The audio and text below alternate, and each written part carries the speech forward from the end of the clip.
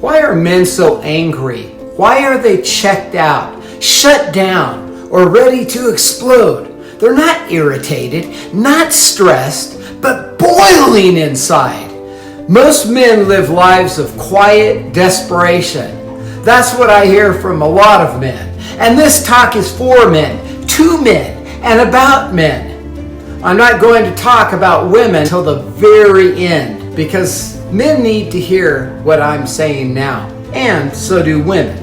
The anger we see in men today is real, but it's not just bad behavior. It's a signal. Something is deeply broken, and we have to address it at every level.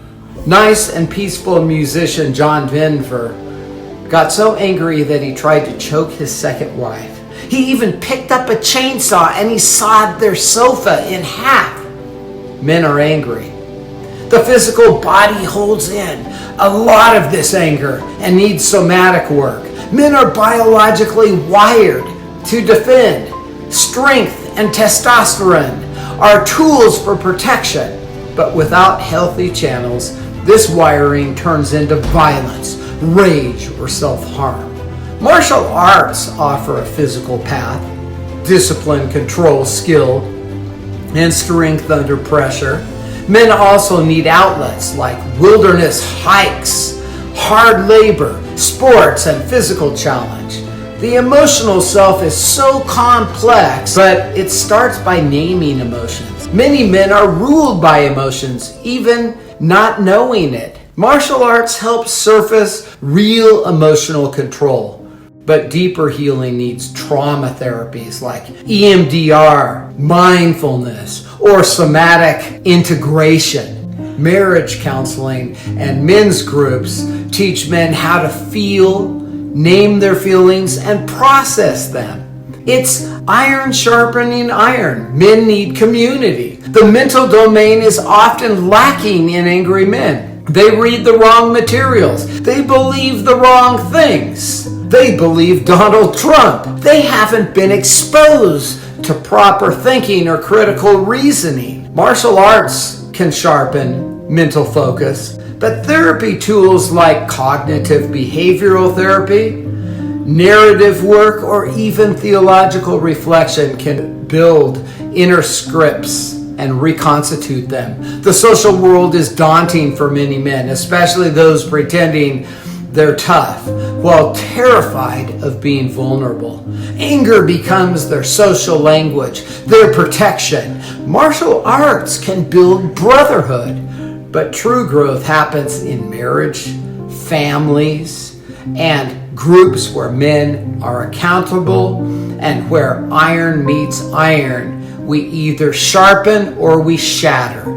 Spiritually, many men today are lost, not grounded, not rooted, just posting Bible verses out of context with no understanding of their meaning right after threatening strangers online. And that isn't faith, it's hypocrisy.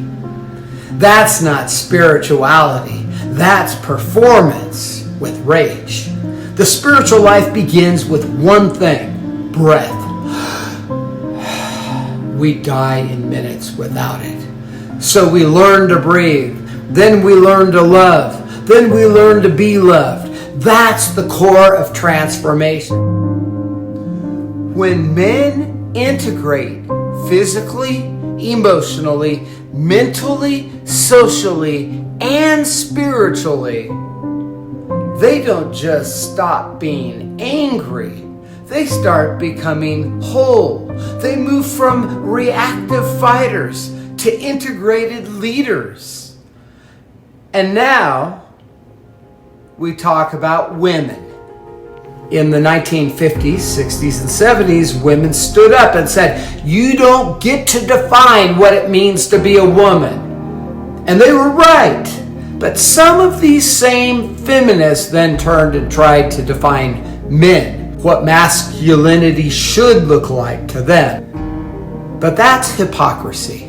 I've had many women ask me to soften their husbands through men's seminars. But real masculinity isn't softness. It's integration. Yes, men need to grow in naming feelings, processing pain, and communicating with care. But the answer isn't to sissify men. That just builds resentment. Instead, we need to transform aggression, not suppress it. Help men channel it, aim it, use it to build, not to destroy. Martial arts again becomes a metaphor. Controlled power. Jordan Peterson gets some of this right, and sometimes he gets it wrong. Because the truth is masculinity is imparted by other men, not dictated by women, not erased by culture, but shaped, fined, and redeemed by men committed to their own wholeness. That's what PEMSS offers.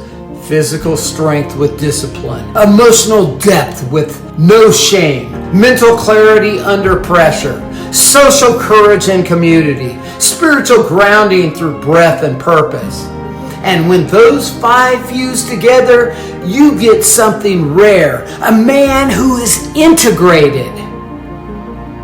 So women, don't sissify your man and soften him and define his spirituality and his masculinity. Because what happens is, when women do this, they then no longer want that man.